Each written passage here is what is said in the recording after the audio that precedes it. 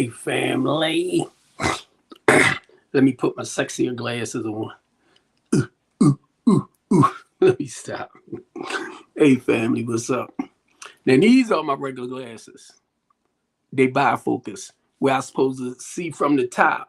And then when I go to read, I look down the bottom. And sometimes I forget. That's why if you see me doing this, that's because I'm trying to read the statement that y'all might have wrote. But this is Steve Copeland from the Couch Conversation. Steve Copeland from the Couch Conversation. Steve Copeland from the Couch Conversation show. And in my mind, I'm going boom, boom, boom, boom. Steve Copeland from the Couch Conversation. Steve Copeland from the Couch Conversation. Steve Copeland from the Couch Conversation show. All right, family. Now this is my first time that I'm live streaming on Instagram. And I got my TikTok over here. I got my Instagram over here. And I have my restream right in front of me. And I'm going to tell y'all, it's a blessing to come down early and get stuff prepared. Because I had this set up now for about 10 minutes where I was able to run around and do a little bit of other stuff before I came down and turned these on. But for a lot of people that don't know and understand, I'm from Baltimore City. And I wear a lot of hats, titles wise. I got ordained deacon back in 2009. I'm not a religious man. My relationship became more spiritual, and that's personal for some people that don't understand the difference between religion and spirituality. It's a big difference. They aren't the same. Do your research on it, because I didn't understand it. After a while, I began to go more. My relationship became personal, but I'm not going to go all into that today on this. But I do want to share today, and y'all know, whenever I come on, my goal is keeping it real. Keeping it real. Now, I'm 62 years old. And to me, I feel like this. I have no reason to lie. Like, I'm going to just deliberately go and say, well, what can I lie about today? No, that's not how I roll today. So whenever I talk, I try to share, and not that I give my own personal experience. If I have not experienced whatever you're going through, I have no problem listening to you. I have no problem, being that ear, that shoulder to lean on. Mainly if I see you going through, say, trials and tribulations, that you're going through stuff, to help you be a better person or a stronger person in life. I understand all that. So I support that. And my thing is, I will encourage you to continue doing what you're doing as far as feeling what you're feeling and going through what you got to go through, because there's nothing else. Most people might want to take themselves out and stuff like that for whatever issues they might be dealing with, but that's not your issue. I mean, you might not be thinking that deep. But anyway, for a lot of y'all, my Mondays talk show, I don't have a problem talking about a little bit about anything, okay? But my Monday talk show is based around the prison. So I calls it 4 South. Now, I received a phone call today about some people that need some help. And it was a young lady who called me about some help, and I made some phone calls, but I didn't get a chance to call her back. But I told her, thanks for calling me back, because I did reach out to some people, but the people that I was reaching out to, they deal with men and women, but not women and children. All right. Oh, what's up, Chef? What's up, baby? Well, you know I'm over with Marlo now, so that's what we doing. So, hey, you know we can always talk. We can always talk. You always been right to me. You always been this. No matter what, you always been this, bro. So, and I know when business is business, I understand. So, you know where I'm at, right? So, hey, because that's what God has guided me.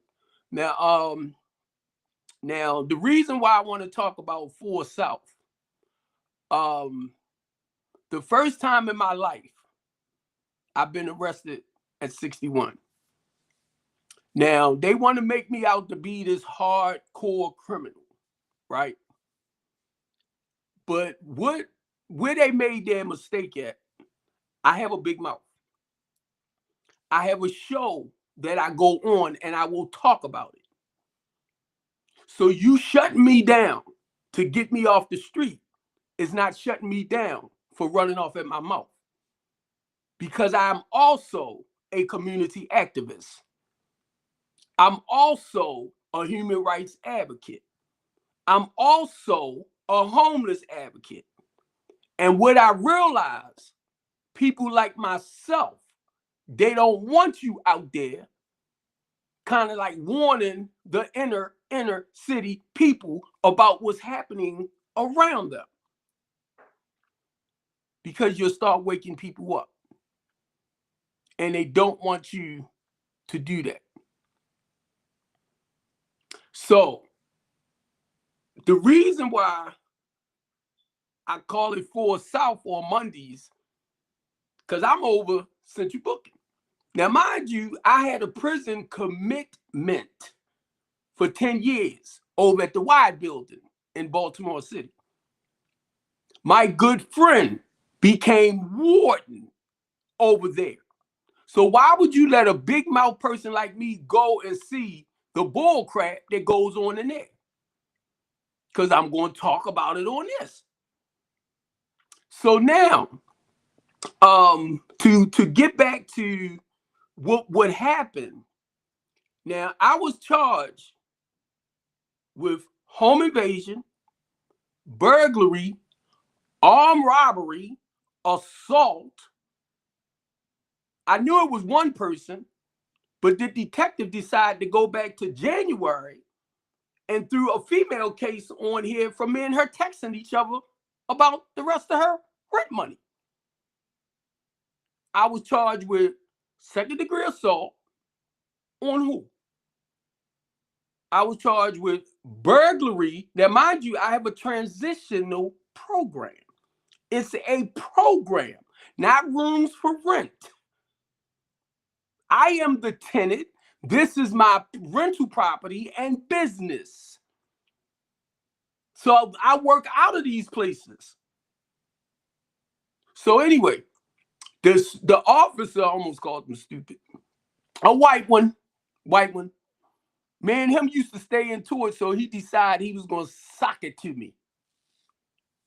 And he put 15 charges against me, knowing that's my housing program, knowing these are my clients with mental issues. But I became the problem because I called them to come and help me. And not only that, I told Brandon Scott on March 11th of last year, I was having an issue with the Eastern District Police Department. I posted everything on on Facebook, on Twitter, that I am having, this when Commissioner Harris was here, I'm having an issue with the Eastern District Police Department. I went to talk to Commissioner Harris 3 times about these officers. See, everybody looking at me. Oh, he need to shut up. He need to be quiet. He need to this. He need to that. But you are community activists yourself. You call yourself fighting for the people. But when it came personally, y'all chumped down. And I'm not trying to be smart. Because a lot of y'all that I done did rallies with A lot of y'all that I did protests with, y'all disappointed me by leaving me hanging by myself. But I'm the problem. And we fighting for the civil rights, the equal rights, and the constitutional rights for the people that's in the inner city, mainly your poor people or community. We fighting so they can get the proper help and justice just like anybody else, as far as living wise. Rather it's housing, or rather it's wages. I spoke out on the $15 minimum wage twice, and we got it passed. I spoke out. I helped, not just me, with Communities United. We helped Bill Henry and Jason get that bill passed for slumlords to become licensed landlords. So the next time you come on my stuff, Devin, running off at your mouth under justice and whatever else name, understand, we helped Bill Henry get that bill passed for slumlords to become licensed landlords. So why would I put people in abandoned houses when I already know what the grade wise, housing wise, I know where your property need to be at. So next time you come on my daggone stuff and say that I put people in abandoned houses, no, Steve, don't work like that. And matter of fact, the company that got the contract, because regular inspectors are really not supposed to be coming out no more, because they was passing people. So now, in order for you, like you're a landlord and that's your business, you have to get your property up to code, not just private landlords or regular landlords, HUD housing too. So whenever you want to sit back and try to criticize me, understand Steve know what he's saying out his mouth, and he know what he's doing. All of my houses had fire exits in there. All of my houses had fire extinguishers in there. All of my houses have floor plans in there. Okay? Because I knew what it took to make sure your house is up to code. I done foster care.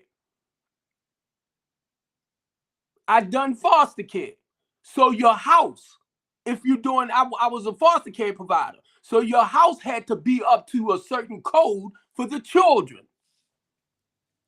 So next time, Devin, you want to come on under another name while I'm on my live and try to talk against whatever I say out my mouth, make sure you correct. Make sure you say the right stuff.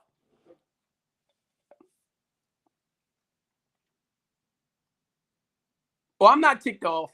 That's just me. I ain't ticked off. Chef asked me who ticked me off. I'm not ticked off. You know, when I talk, I get real compassionate about the truth.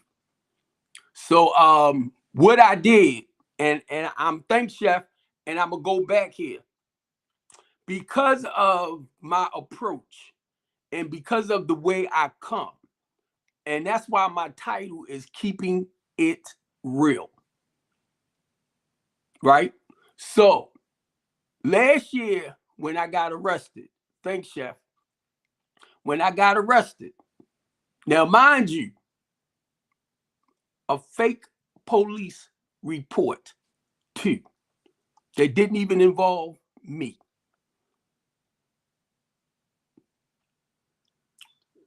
I didn't find out about the second case that went in with the first case from March until the day before I supposed to came to court. What type of bull junk is that? What type of bull junk is that? And I have not yet, Chef, been able to tell a judge who I am. Steve Copeland of Strengthening the Community, to tell them the type of work that I do around in the community with helping the homeless and the less fortunate people. I'm a community activist. I fight to help reduce the crime rate, the homicide rate, stuff like that in Baltimore City. I haven't had a chance to tell a judge none of that. If I go to open my mouth, Mr. Copeland, you can't talk. Okay. Then when you call me to say something, you just told me I can't talk. Because one, when you didn't do nothing wrong. Now, this is going back into today's topic, right? And thanks, Chef, because that's just my passion. Because I'm going to tell you, I prayed on that too. I prayed, right? I watched what these officers did to me. Every time they would turn their recording on, I would turn my recording on.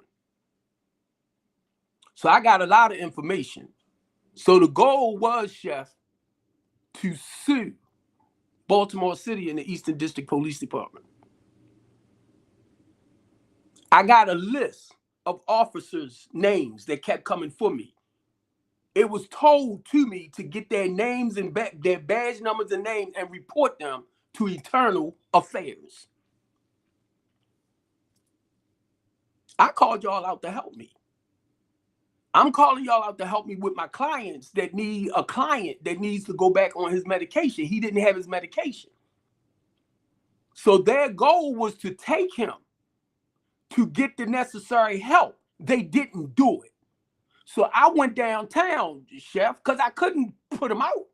This is transitional. I can put them in another place, but not to kick them in the street. They're homeless. But the police wasn't listening. I made arrangements to put them somewhere else, but they thought I was kicking them out. Gonna tell me what I can't do, but I got to go downtown and get an eviction notice. That is not how transitional houses work. Because when I went, they told me I couldn't do that. So they took me upstairs to a judge once they listened to what I said, because they knew I was working with clients with mental issues and they only needed help. And the police took me through all that. I kept trying to tell them. So I went anyway. I talked to the judge. The judge said, Mr. Copeland, the same judge twice, you're not supposed to have came down here. Once you called the police and told them what was what, they were supposed to have took your clients to get the proper help, mental help. They was off their medication. That's all I wanted, was to get them back on their medication, get them balanced out. The Eastern District took me through hell. I had 3 white polices in front of me with their guns. And I kept telling myself, shut up, Steve. Shut up, Steve. Because they waiting for you to make a wrong move so they can take you down.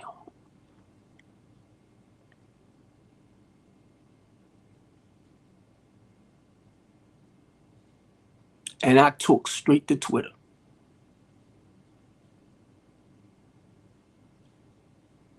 So this one officer, to go back, Chef, this officer, lieutenant, came out to talk with me, because every time the police came out, we would get into it.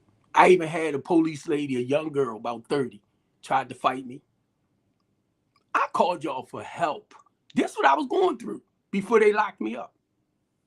So the YT that I was screaming on, because my thing is, by me standing up, I'm standing up. I'm trying to stand for something. But because you don't chunk down the way some people think you should, that's the problem. Even though you got that badge and you got that bling bling, that didn't faze me. I come up with that as far as being out there, where people could have took you there. So that didn't faze me, because I'm looking at you as a human being and looking at the work you're supposed to do as a human being, and you're not doing your job. And like I told them, Chef, I said, y'all get paid to do what I'm doing in the community, trying to encourage and motivate our people and doing the right things. I said, y'all get paid. But guess what? They get paid to watch our people take each other out. That's why they wanted me to shut up.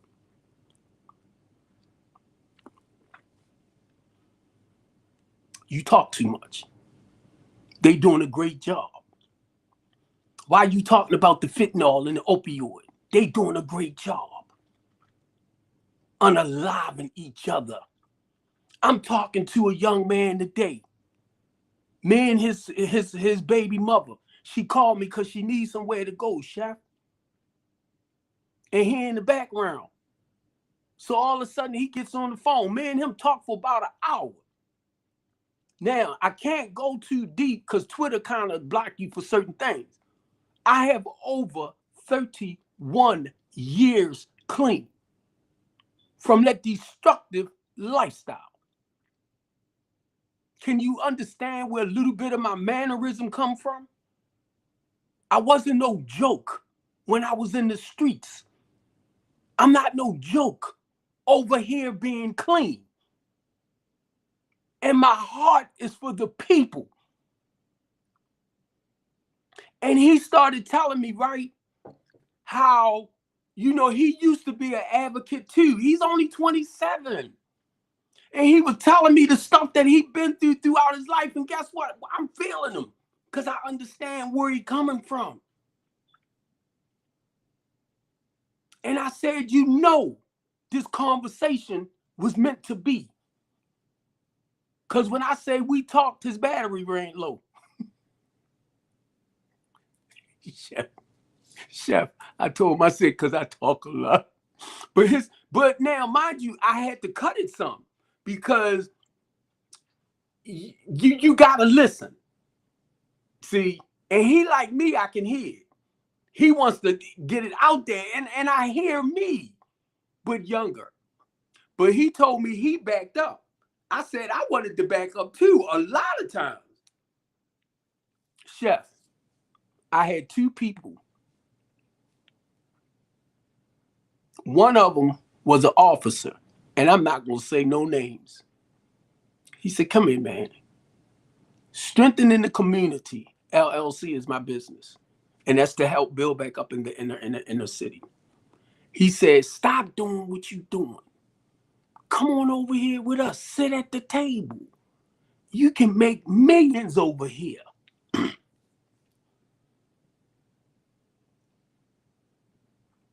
I said, I can't do it. God already told me I'm going to make millions anyway, because he already told me what to do and how he wanted it done. It's just bringing the people together to do it. And it's being done. It's being done. I'm telling you. So anyway, this was before I got locked up. And this guy been with the police department for like 25 years. He said he get ready to retire, this and that. So, real recognize real. Real recognize real. So, and I understood what he meant. But my conscience, for a lot of y'all that don't understand, I have a conscience. Right? And that's my relationship with him. I said, man, I can't. If I could do it, like turn the other way and don't feel bad, I'm like, okay, live with myself, but I'm like, God ain't gonna let me, right? So he wasn't the first one that said that, because a lot of people know what Steve do. A lot of people know Steve Copeland bring people together to like benefit. And I gotta go back to, I gotta stay with our inner city people. Now, mind you, and I was telling the young man, right? Because he said he's 27.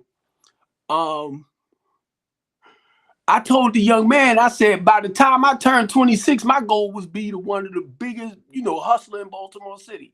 I said it didn't work. I said I ain't get clean until I was 30. But I told him I always worked. I was responsible. I did what I did, but my life was spiraling out of control. Now, what's that lady name? Because I heard her the other day on her record. She was talking about how her life was spiraling out of control and she hit the bottom. Boom. And that's how I felt like my life was going. Either I was going to end up taking somebody else out or somebody was going to take me out. That's where my life, I seen it. It was spiraling out of control. And I screamed out and asked God to help me. That was back in 1993.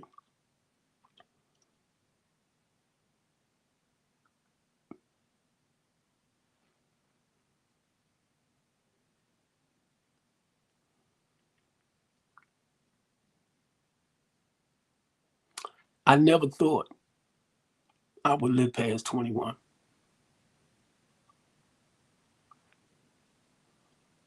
I never thought I would live past 21.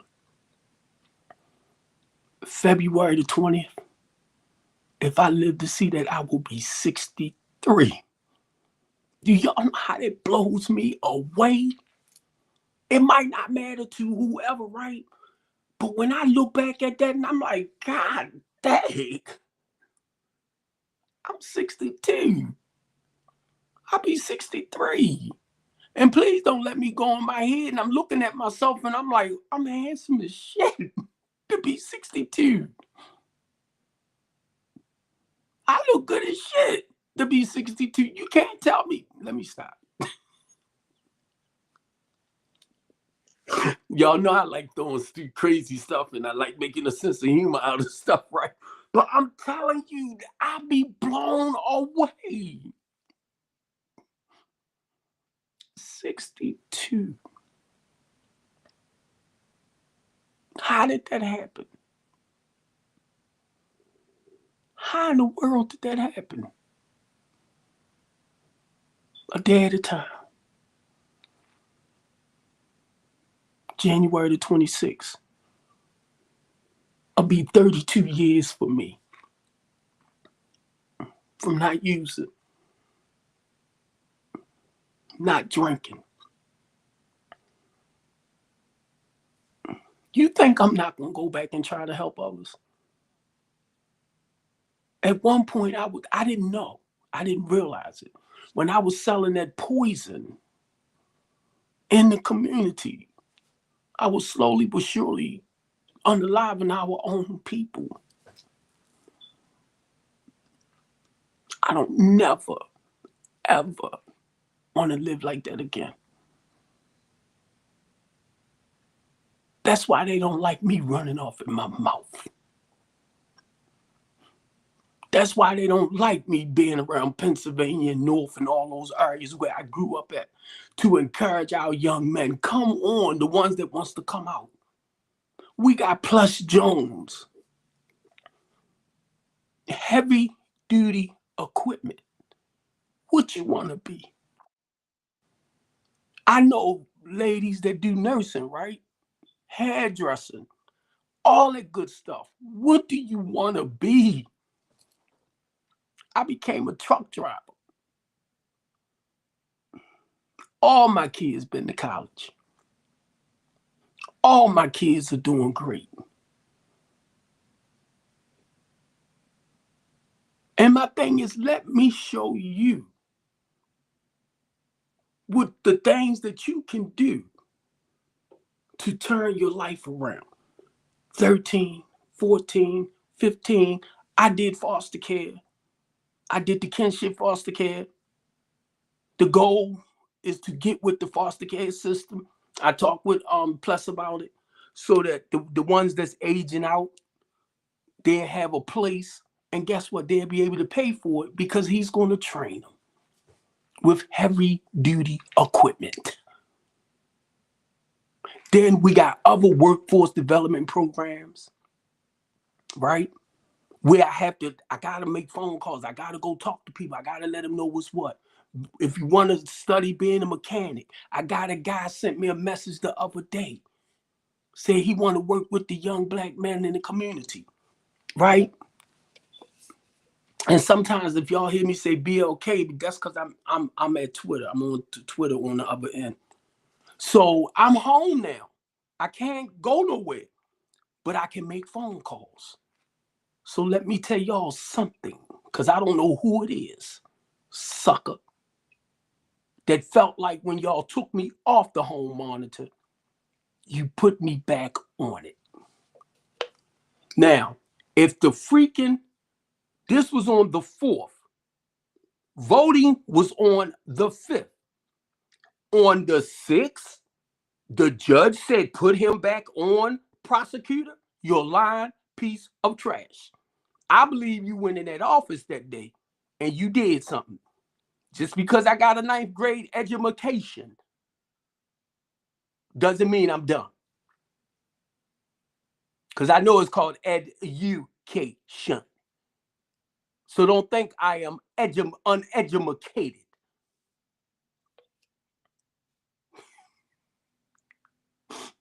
I'm laughing at Chef. Chef said, who made you mad? Ain't nobody make me mad, Chef. I'm telling y'all, that's just part of my passion. But look, now, I'm just telling y'all what happened with me. That's why I call it Full South. But I'm gonna share this. I'm listening to this prosecutor. They already know this case should have been thrown out. Who's that just low? Oh, yeah, this should have been thrown out. I was supposed to went to court for my case right now. I got locked up March the 12th. I was supposed to went to court April the 9th. Do y'all know the detective lady filed 2 more charges that had me indicted? Now, the prosecutor think I don't know that. I already know what happened. The girl brother must have told the police and them about me and her texting each other. I got the texts about the rest of her rent money. But at this time, I didn't know the reason why she was holding her money, because she had plans on moving out by February, because her husband had came home from prison. Guess where he was at? In her room. And she did whatever she could to stop me from coming in. Once I came in, coming up them steps. Now, if she had talked with me, I might have, because I knew he was locked up, I might have said, oh, okay. But no, she didn't. So anyway, when we did have a chance to talk because of a police, I said, well, how long do you need, to be here so that you can get yourself together, since she wasn't giving me the rest to go? She said, I just need till February the 2nd. I said, okay. This was January, a little after the 18th, after our texting conversation, right?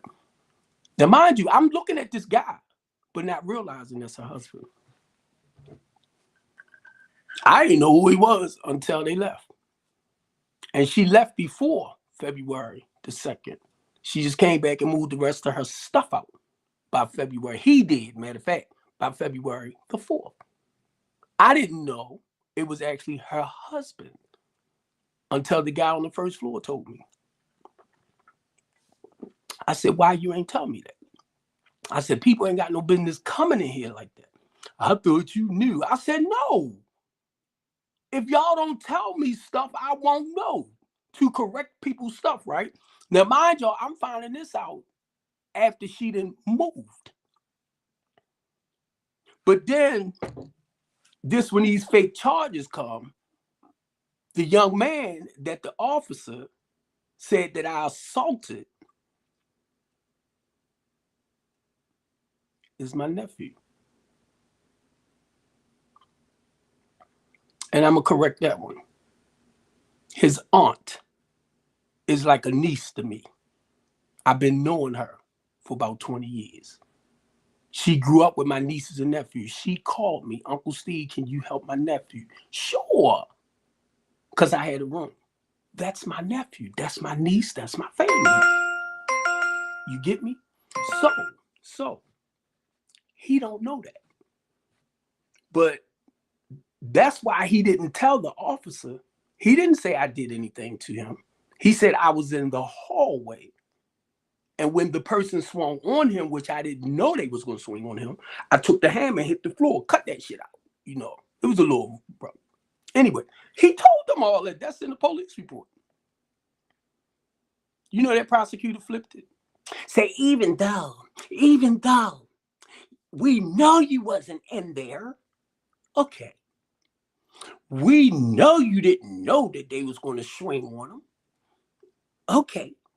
And we didn't know. I mean, we know that you didn't know that they was going to take his cell phone. Oh, they did.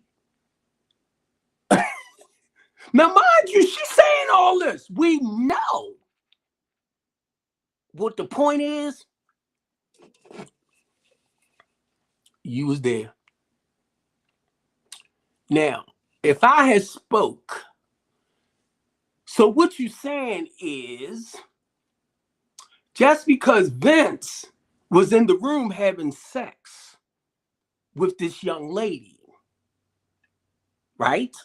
And I was there, but in the living room or in the other bedroom, and she got pregnant, that's my fault too.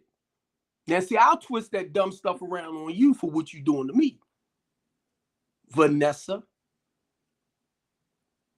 Because if this how you can justify stuff, then that's how I will play and justify stuff.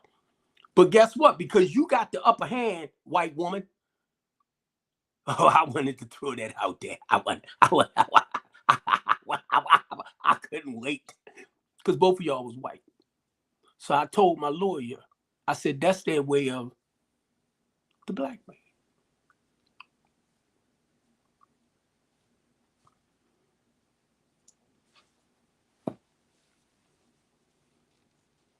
You know, I ain't had nothing to do with nothing. I'm helping people turn their lives around. Right? My goal is not to hurt nobody.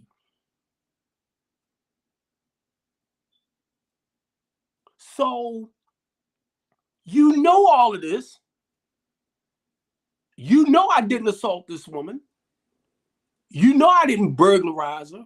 So you dropped it down to harassment over Texas. Us texting each other about the rest of her rent money.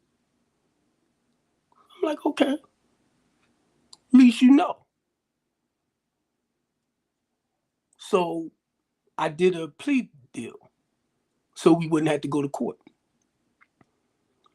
The bargain, the thing was for me to come off of this home monitor too.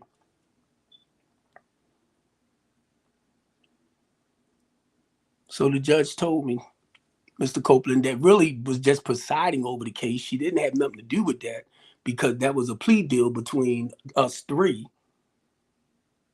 But the lady, the prosecutor, was running off at her mouth where she kept confusing the judge.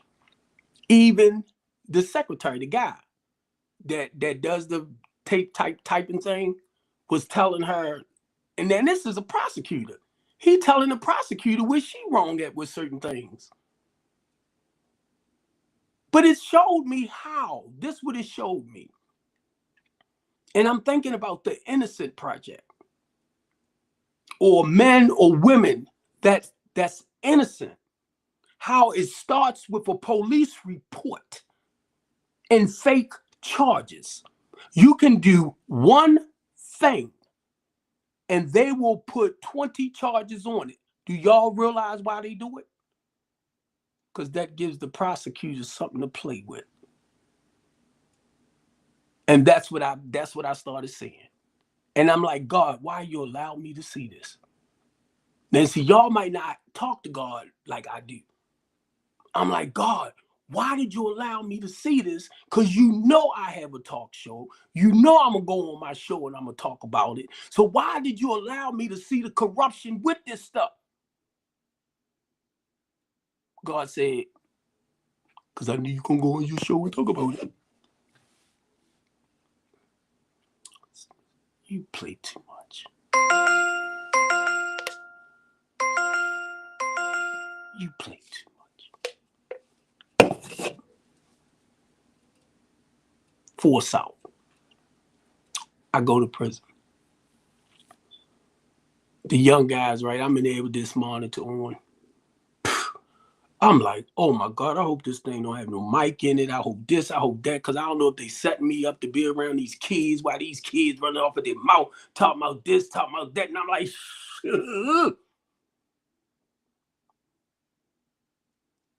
so I'm over there, right? I become Unc.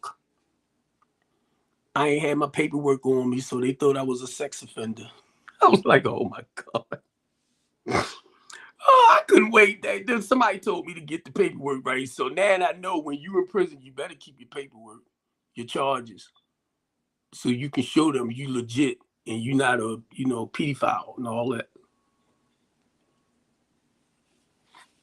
So now I'm Unc again, and we talking, and y'all know me, I'm clean, so I'm sharing the different life with them. The correctional officer told me, please stop talking to them about, turning their lives around, doing this and doing that. See, y'all don't realize this. They don't want our men, and I can only speak for the men compared to where I was at. They don't want our men to be able to turn their lives around and move in a different direction in life.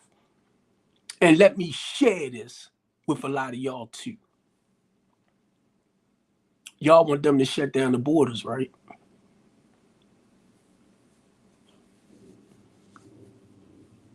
And they're gonna slow it down. They gonna slow it down a lot. They're gonna slow it down. How many melanated men do you think gonna go work on farms and all that type of stuff? And these corporations for the cheaper prices that a lot of them that's coming across are working, making. So when they put them back, do you think they're gonna stop arresting a lot of melanated men? Y'all don't think. Y'all don't think. But Trump won't do this, Trump won't do that. Trump is a businessman. Somebody, how many melanated people work at Trump hotels or his golf course? Huh?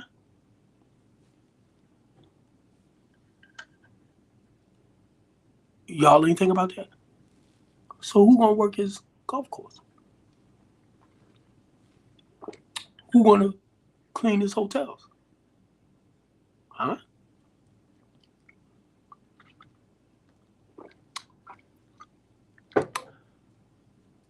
The prison system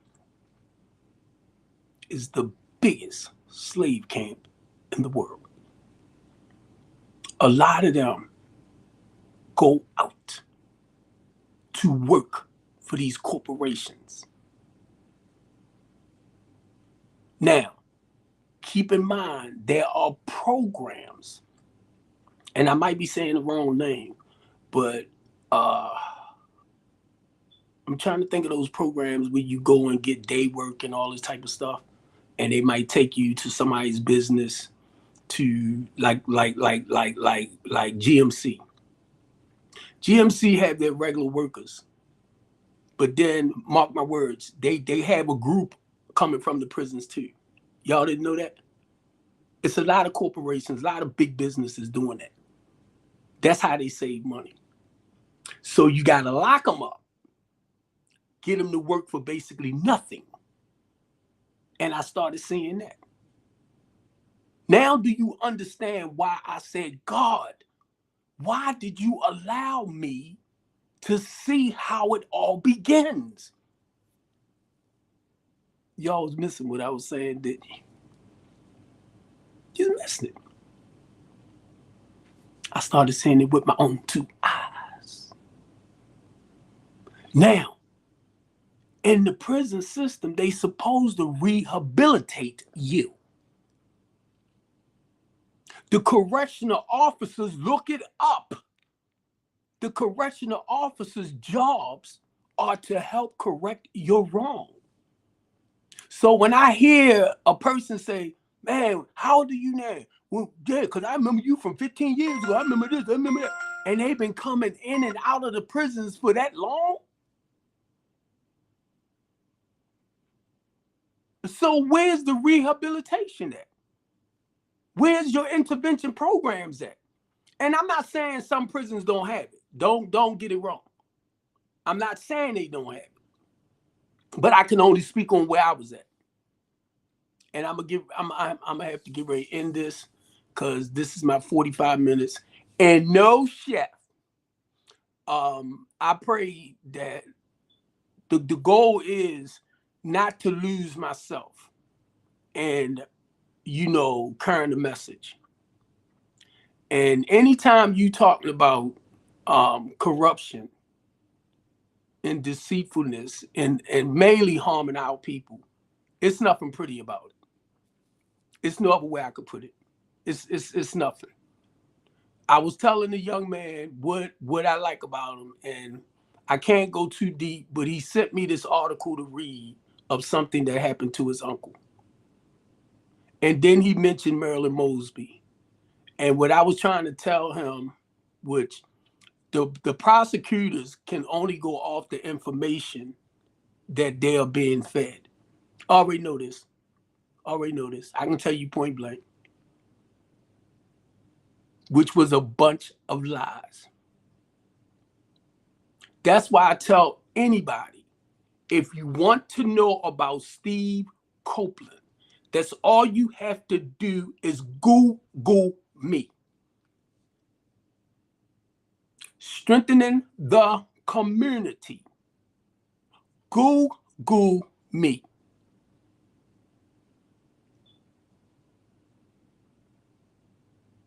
And it will tell you basically who I am and what I do. So if it sounds unreal when I tell you, because of me going out there, speaking up or stepping up for our people, and now Martin Luther King is coming to mind now. People like that had became unalive for trying to wake us up and make us aware of what's going on around us. Like I told the young man today, because I seen some stuff that was happening, I am considered, and this is only by my own people, the most hated man in Baltimore City. The only thing I'm trying to get us to do is come together and stand up for what we want. You cannot look for some Caucasian or European or somebody else to fix what's happening with your life, because if it's a group of us that's going through the same things, the group of us has to come together and fight for what we want. So the best way we can do it, shut Mr. Copeland down. Oh, he got a big mouth. Oh, he loud. Oh, he not professional. Oh, he's not being proper. Or he's not being more conservative. But he's being real.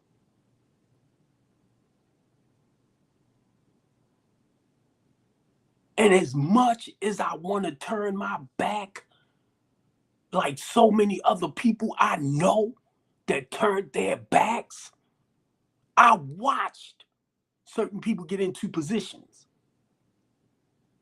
politics-wise, and turned their backs. I was like, oh my God, all that Gucci talking, and I realized what it was. And if you do your research, you read up on it, it'll tell you, politics ain't like it used to be.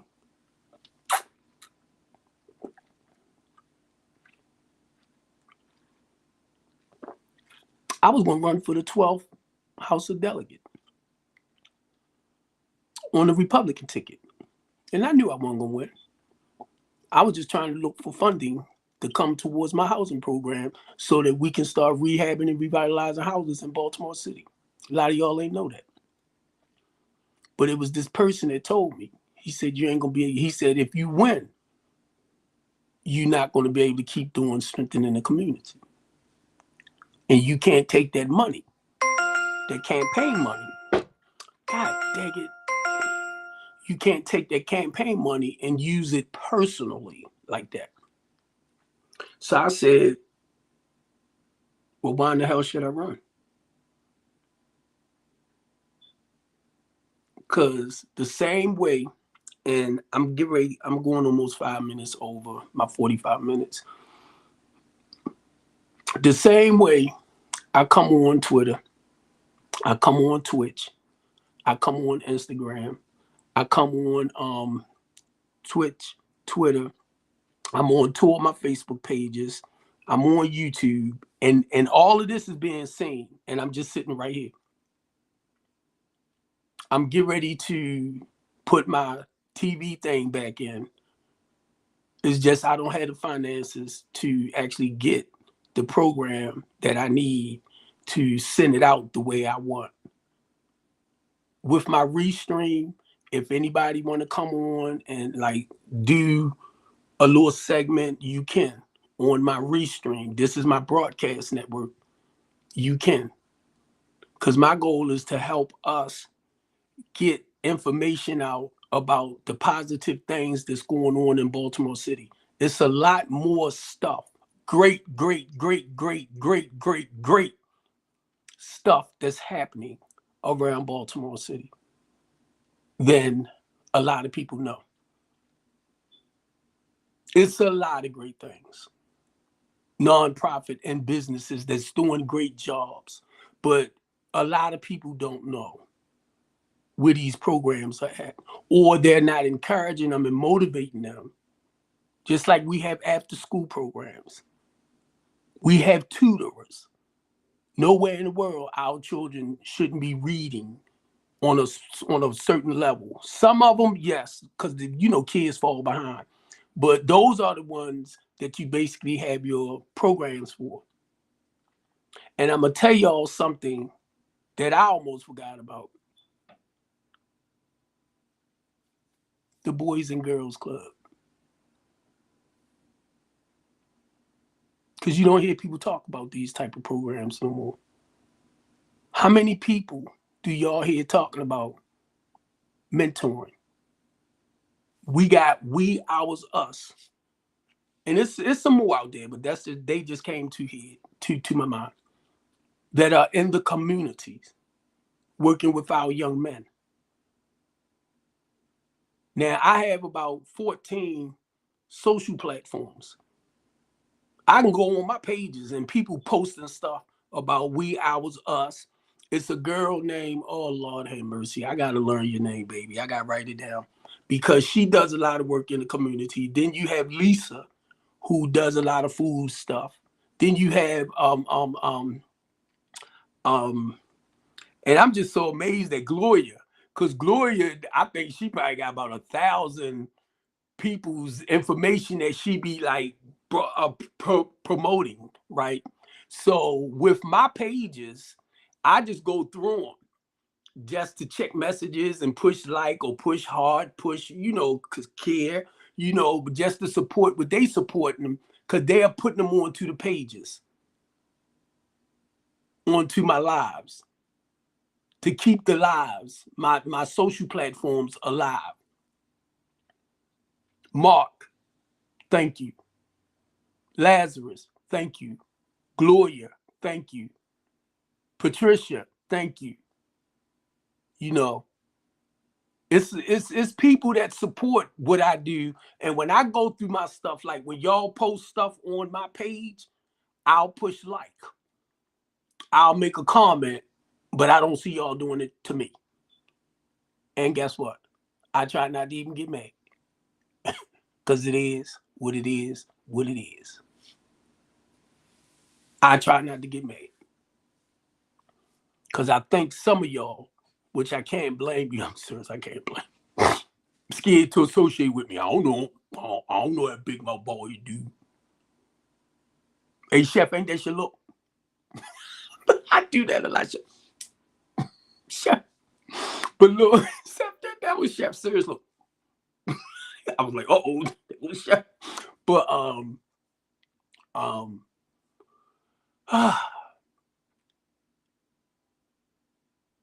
please don't. I forgot to take my fast acting insulin, and this thing is going off.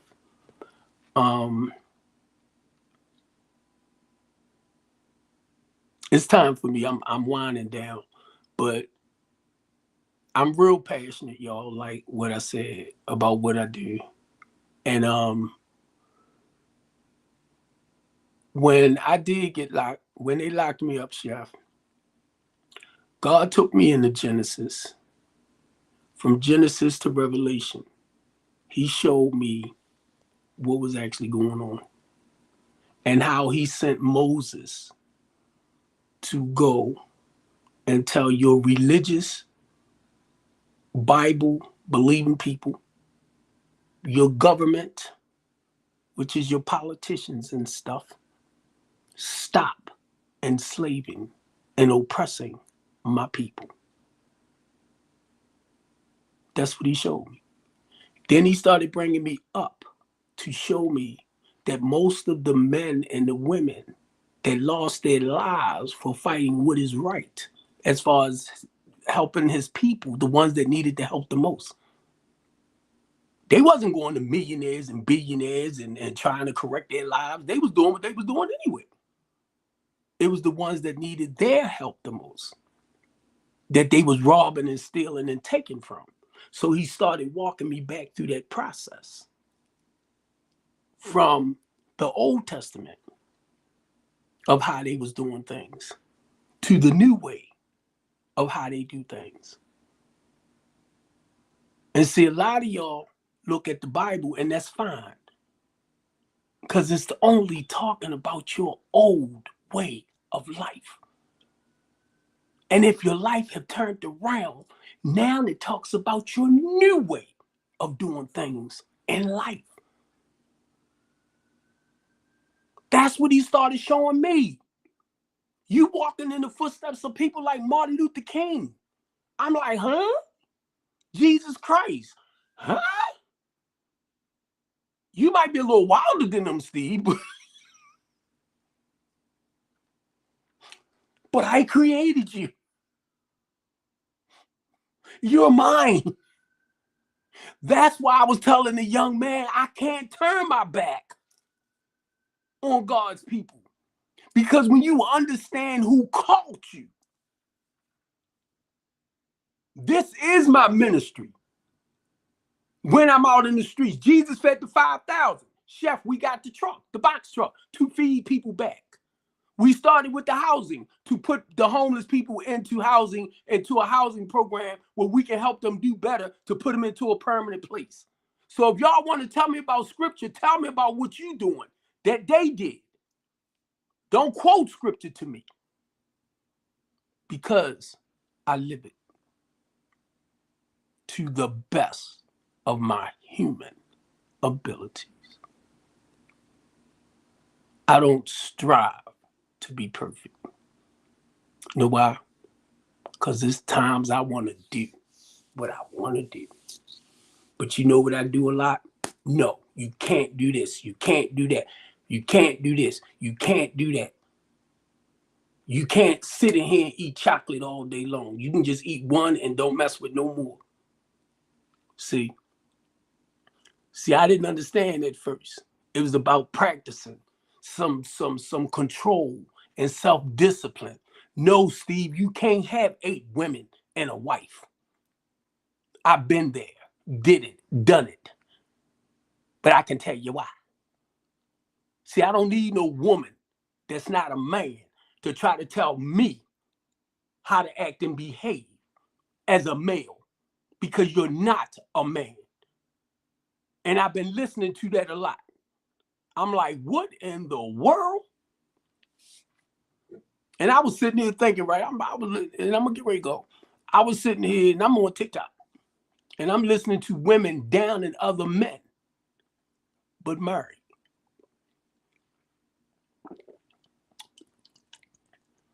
And they talking with other women and talking about brothers bad, but married. I'm like, oh, that's what you're going through at home? Because you ain't talking about nobody but yourself and your man. But you're redirecting it. Okay, I'm going to take it when I go upstairs.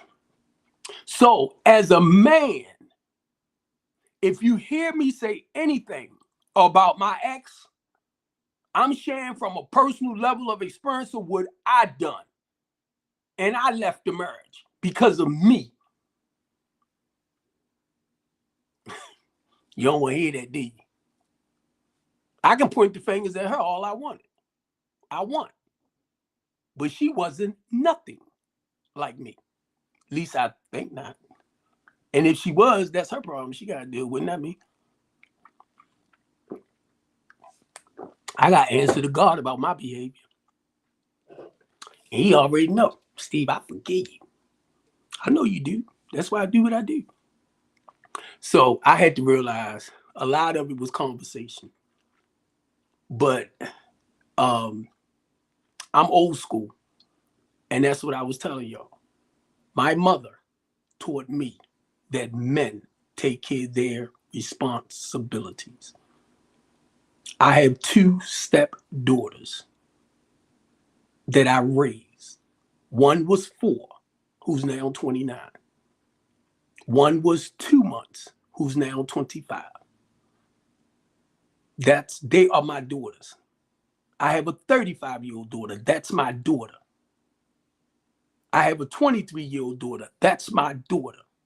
I raised my nieces and nephews. I did foster care, kinship foster care, because I didn't want to see them put somewhere with people that they didn't know. They are my children, but I know I'm not their mother or their father, but I raised them as mine and did mentoring. So I just want women to know there are some good men out there. You're looking at one with 4 eyes, glasses, but now I can do some, I'm just saying. But for the most part, what I've learned in life, I'm a loving, caring, kind, considerate person. And that's who I strive to let show out more today. But I can also be, if I choose to be, a rotten, no good, snake or son of a sea biscuit too. I'm still the same person. I'm still the same person. It's just, I don't like this side. Get away. That side keep you in trouble. So see, that's why I understand that there's a good side to us and it's a bad side to us. Y'all can talk about the devil all you want, but guess what? Talk about the devil all you want. Look what I'm doing. Talk about the devil all you want. How many pointing back? You.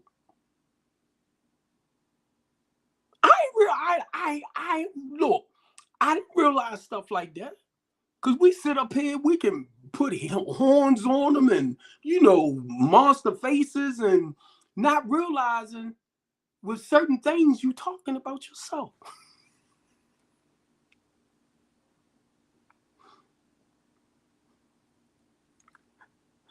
The only reason why I'm saying that, because I got to go back to thy own self be true.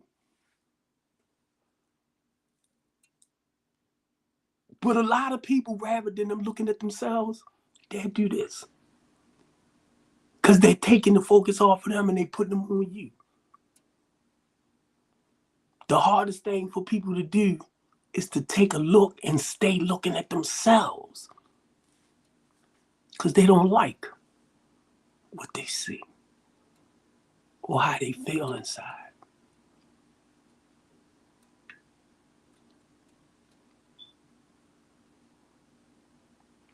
So I love y'all.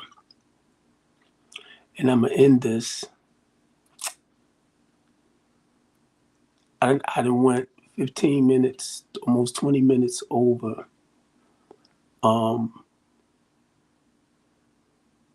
When y'all hear me get hyped, just understand that's passion.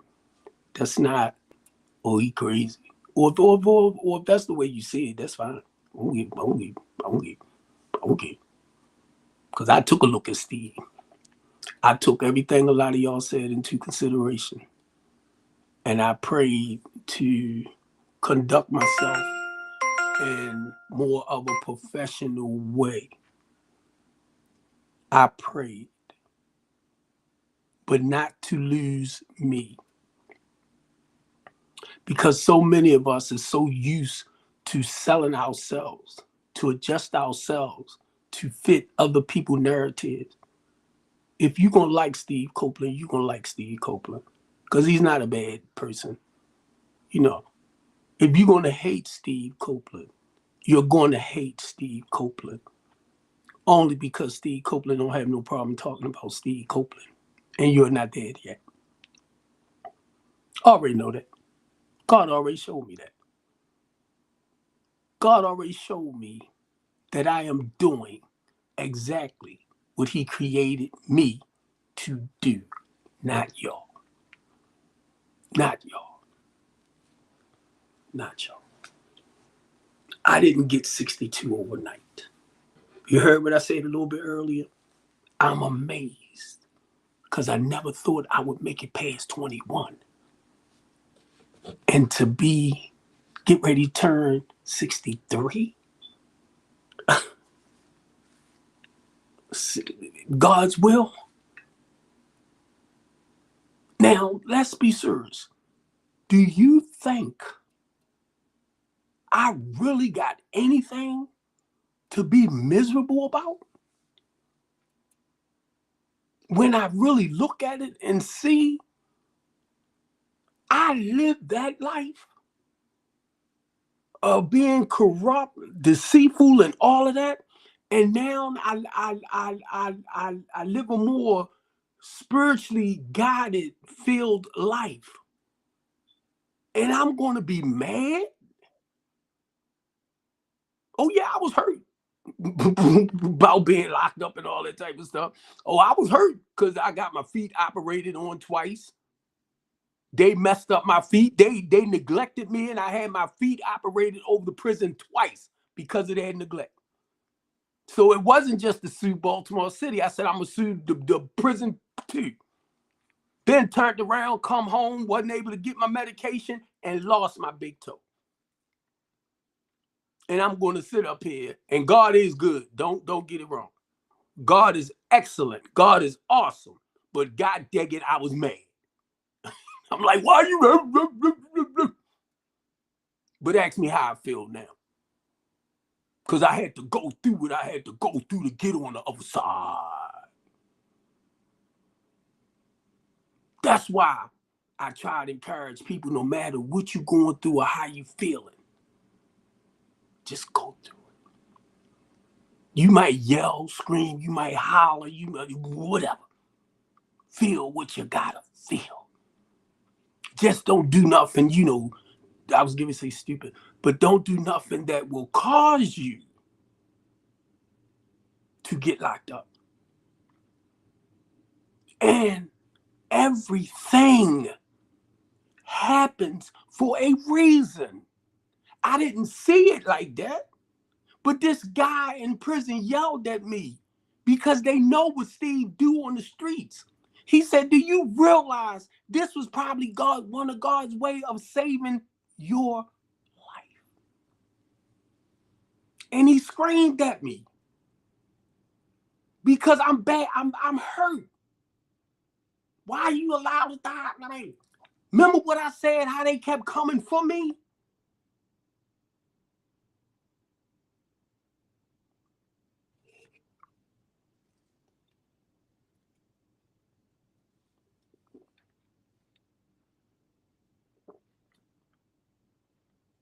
I told this young man, I said, let me tell you this.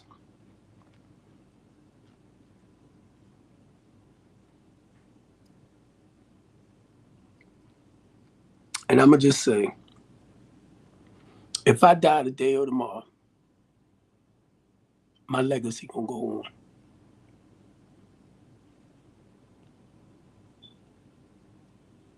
If I die today or tomorrow, my legacy going to go on. If it's no more than being this big mouth, bald head dude with the couch conversation, with the team talk show, whether you support it or not. Oh my God.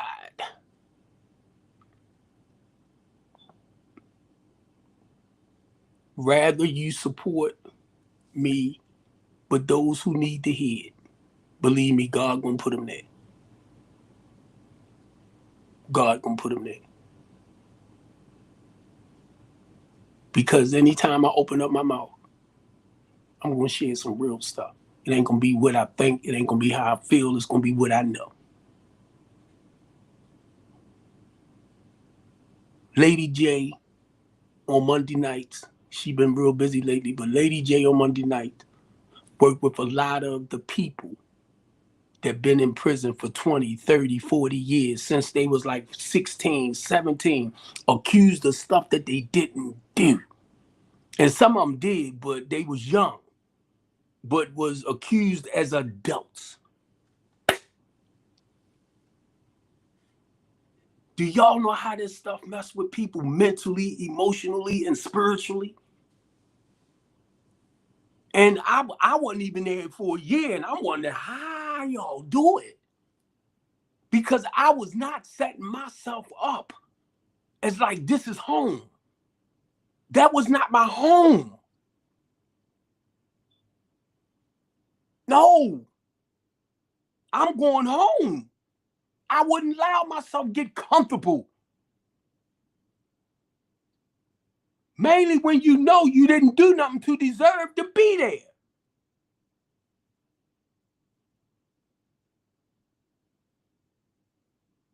So when I was watching some of the shows, right, I'm like, I don't know how a lot of them did it. And some of them are home.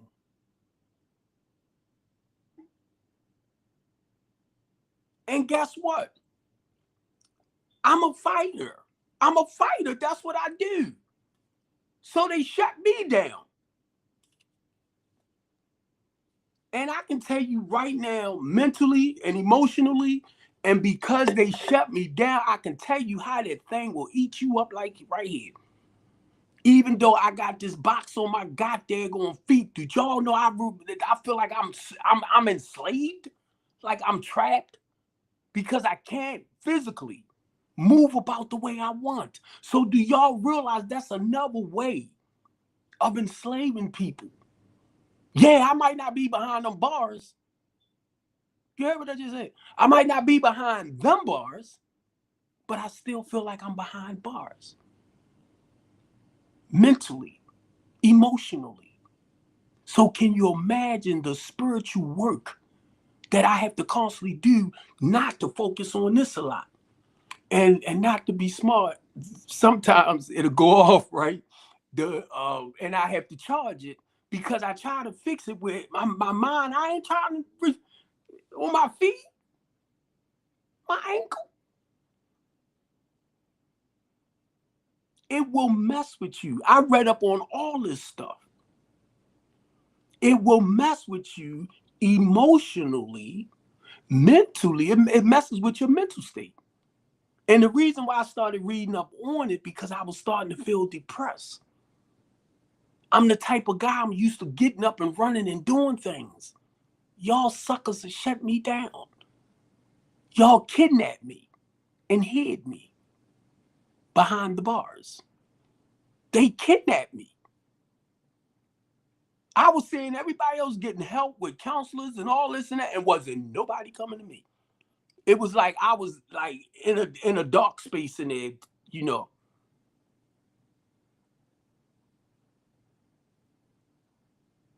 It was other people that had to tell me where I was at and what was going on.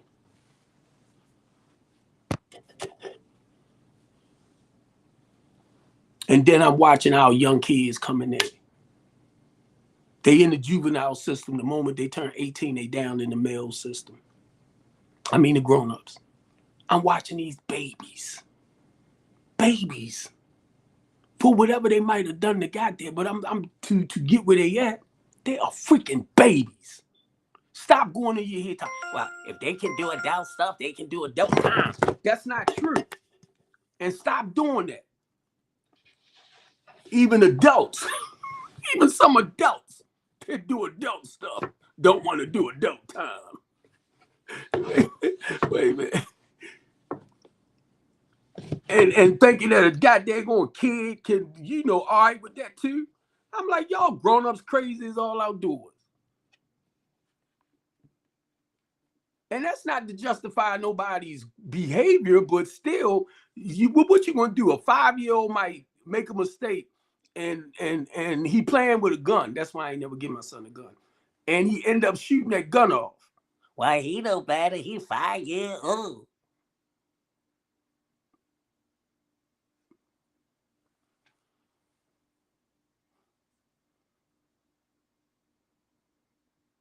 They gonna start arresting 5 years.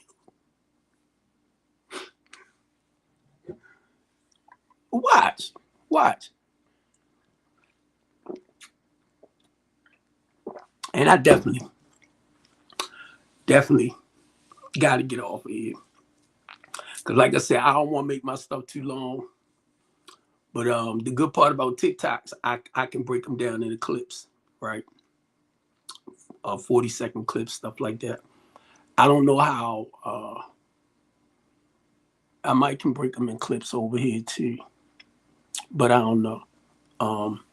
But if now I got to get my laptop fixed, where if I can't embed this into my restream, this is the way I'm gonna have to do it as far as going live. And I do want everything in one place. That's what I want. So no matter and I'm not going to keep apologizing. I'm not going to keep apologizing for the way I do things, as far as the way I come. When I'm on my live, it's a freedom. That's where y'all miss it. When I'm on my live, I can be myself. I can be real. But when you out in public and you dealing with socialites and you're dealing with the public, you have to conduct yourself in a different way. So understand the two. Even if I'm speaking out about certain things, I might be more straightforward and raw here. Where if I'm out down City Hall or Annapolis, and if I come, I have to, be more clear, be more straight, be more accurate. I already know that because I speak out. Already know.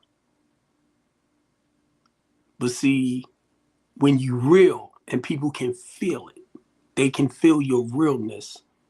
And that's what I felt about the young man when we was talking. And I was telling him how proud I am of him and all this, right? And I just started feeling his spirit. And a lot of times that's what our men need to hear, ladies. They need to hear it. Stop thinking you know a man, because you're not a man. That's just like me saying, yeah, I know how a woman feel and is, but that's to say I gotta understand your feelings and emotions as a woman. I can only share with you from a male's perspective on how that man feel about his feelings and emotions, and I will cry like a woman. I can tell you that. I just thought about maybe that's how I feel. Huh? I don't know. I just don't want the cramps and all that stuff. I don't want that. Okay? But no, be truthful. I had to learn to be serious about my feelings and emotions. I'm still a man, no matter what. A good man and a good crybaby. That don't make me less than a man.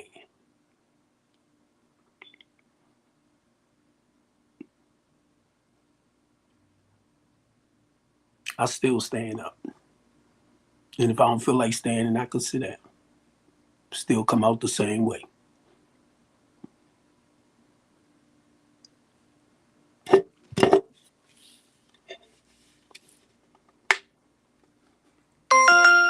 Stop!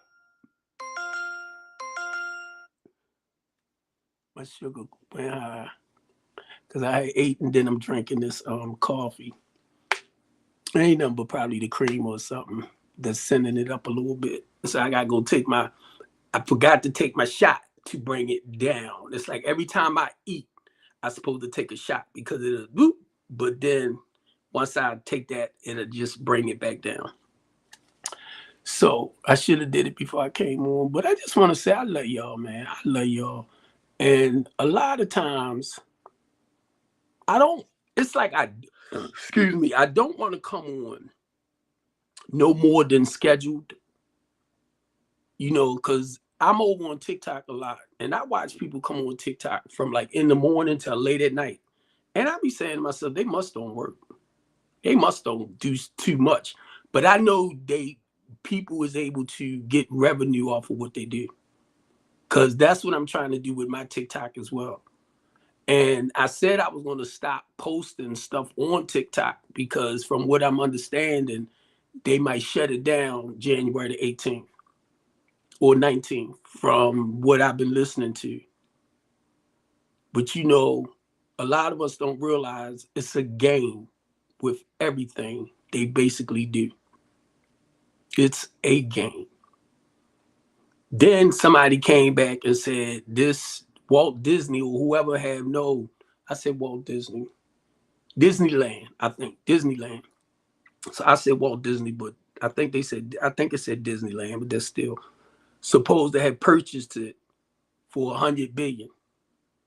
Now I don't know to make it a US thing. I don't know because it's information that people putting out and it don't matter because the thing is if they going to shut it down, I don't want to keep sending stuff over to grow it knowing that they're going to shut it down. So I don't know. Now, if I can fact check stuff, which I probably will eventually, to see if they're going to, if that's real from what I heard, then I'll fact check stuff.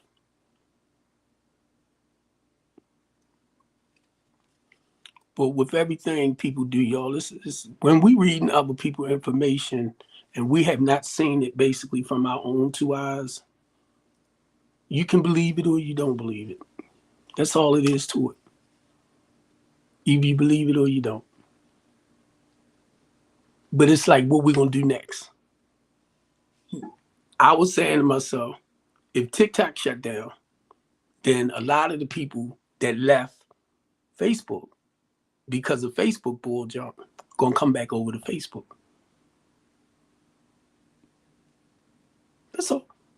Or they're gonna shoot more to YouTube. And then you got, I was gonna say Spotify. Because see what I do on my stream, I try to embed other countries that has talk shows, that does shows like this. And I'm looking at a lady, right, on my stream. She's at a chair, but like this, a couch. But hers is called the couch talk, right? And she right there by herself, just talking. And I'm like, okay, I like that. I like that. Because see, my reason why I'm saying that, because my goal is to have guests on the couch conversation. And if you want to come up on TikTok, you can. If you want to come up on my restream, you can.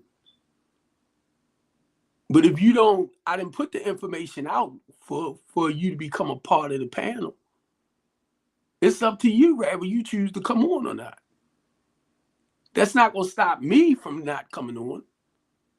Unless something happen on my end where I can't, produce or come up, then I can't come up. But if you're going to leave me by myself, because that's how you might feel like, hey, He need to be by himself because he's in trouble. Like, you gotta pick up people. it's social media.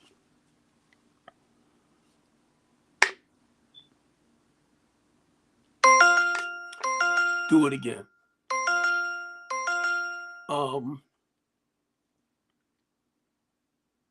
And I'm looking at all these people that be on Twitter, and be knocking everything. But love some Trump. And I look at all the people that follows their stuff.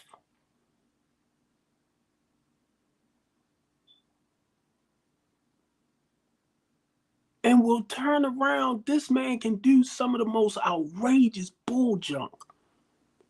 And y'all will justify his behavior. I'm like, what the freak? But then want to turn around and criticize somebody like me for trying to help us locally. Because that's what the help is needed the most. And I'm like, what in the world is wrong with us? Christopher Anderson said something about Candace the other day. Said women need to listen more to Candace about this birth control thing and all that, right? And I said, Candace needs to shut the hell up. Speak for yourself, sis. Speak for yourself. And not only that, when I listened more, it was talking about regentification, right? I'm trying to watch the words. If you haven't done nothing like that, or you don't understand why that person might want to go through what they, that's not a decision that you wake up one day and say, well, I think I'm going to go and get this turned around. And I'm listening to her.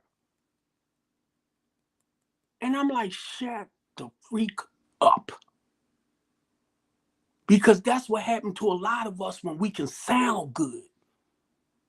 If a person makes the decision, a male, to transform that ain't something they decided overnight. Then they're going to worry about what people think about them, how people feel about them. And that's why I try to tell people, you can't let other people dictate your life. Thank God it's not you who's struggling or dealing with certain things. Then I said, hey, she married to a white man. A lot of people don't like that. Don't like black men being married to white women. But you married to a white man. I don't hear nobody contradicting you. And I bet you'll have a good reason for why you did what you did. So I'll be trying to tell Christopher Anderson, stop posting bull junk about certain things that doesn't concern that male. And that was the abortion part of it for the women. And I said, let me say this too. BLK women ain't the only ones that get abortions. BLK women feel like they are more discriminating against them. And this is another BLK man that's around of a lot of YT people. So you know what he's talking like, thinking wise. My thing is what you do. You educate them. Huh? Yeah. As a man, if you're going to go lay with somebody and don't want to take care of your responsibilities because there's a good chance they might get pregnant, wear protection. Women, if you're going to sleep with a man, but you don't want to get pregnant by this man, make sure he wear protection. Why do people want to make stuff so complicated? I don't like condoms myself. But believe me, if she make me feel as though I can't get that ookie ookie without that thing on, I'm going to put it on.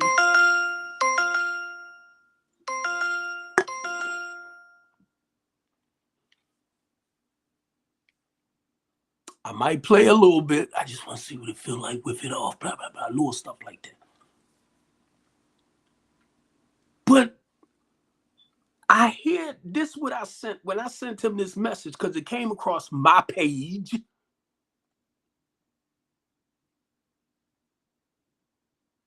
So I said,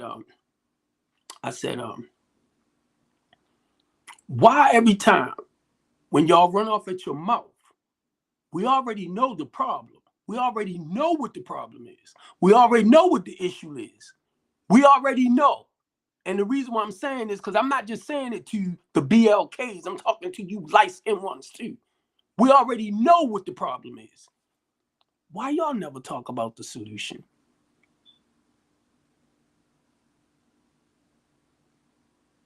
I can read about 100 daggone comments. Nobody in there will mention anything about what we can do to slow this down, what we can do to put a stop to that. But y'all can always down this one and down that one, but never come in with the solution. And that's what I was telling Chris. Why?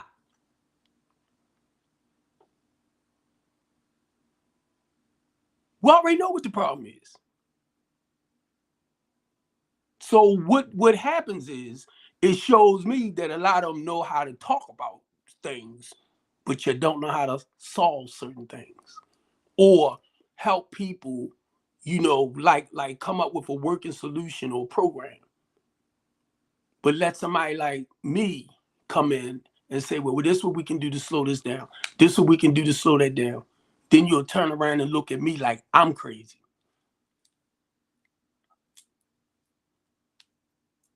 And it's a lot of people like me. It's a lot of solutionaries. It's a lot of interventions. It's a lot of people that come in that say, well, this is what we could do to slow this down or put a halt to that. And then only for people like myself to find out, a lot of y'all make great money off of people pain and misery. You don't want it to stop or slow down.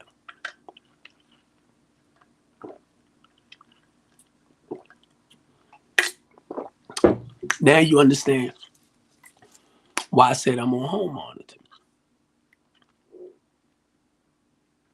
I can't show up at City Hall. I can't go to Annapolis. I can't go to DC or Congress and speak out against certain things. Because I ain't going to come in with your politics. See, that's the problem. I'm not a politician. I don't understand a lot about political science. Neither does Trump. I'm a retired hustler. I'm a retired OG. I use my personal life and business experiences, catch the hint, to help make a difference. And I understand it. That's why I stay in trouble. That's why he's going to stay in trouble.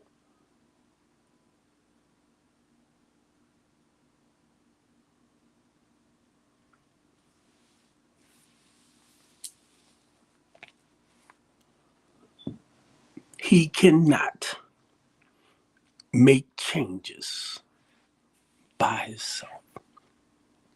It's going to take the people. It's going to take the people. The people that's afraid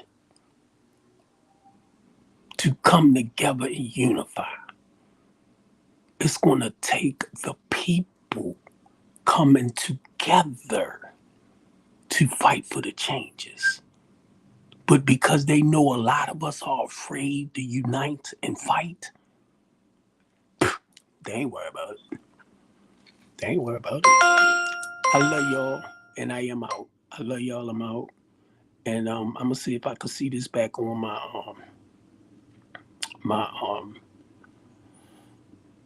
Instagram. All right, now I gotta see how you end this. Do I hit the live? You've been over 94 minutes. Right there. How do I end it?